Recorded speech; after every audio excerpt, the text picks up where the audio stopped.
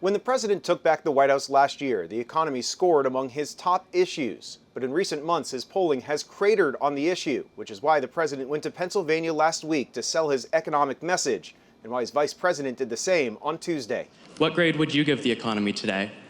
A+++. Vice President J.D. Vance holding a campaign-style rally in Allentown, Pennsylvania, to defend the administration's handling of the economy. They caused the high prices, and we're bringing them down. This comes as President Trump kicked off his own affordability tour in the Poconos last week, aiming to calm concerns over the state of the economy. We inherited a nightmare of an economy from Joe Biden.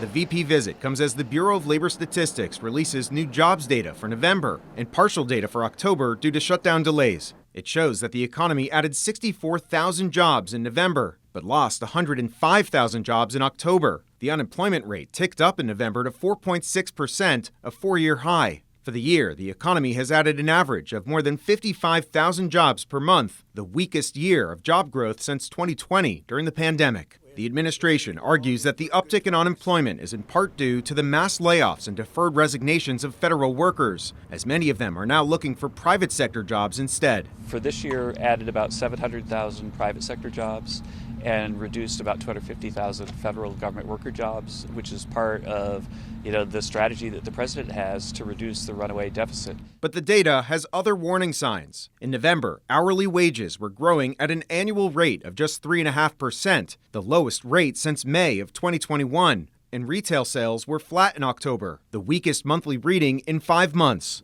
Democrats have been quick to highlight the latest report and have signaled they plan to run on affordability in next year's midterm elections. This president has absolutely tanked this economy, between tariffs, between record unemployment, especially among young people.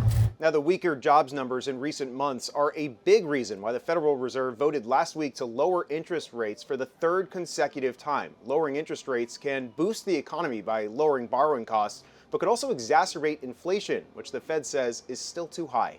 Reporting here at the White House, I'm Evan Koslof, Spectrum News.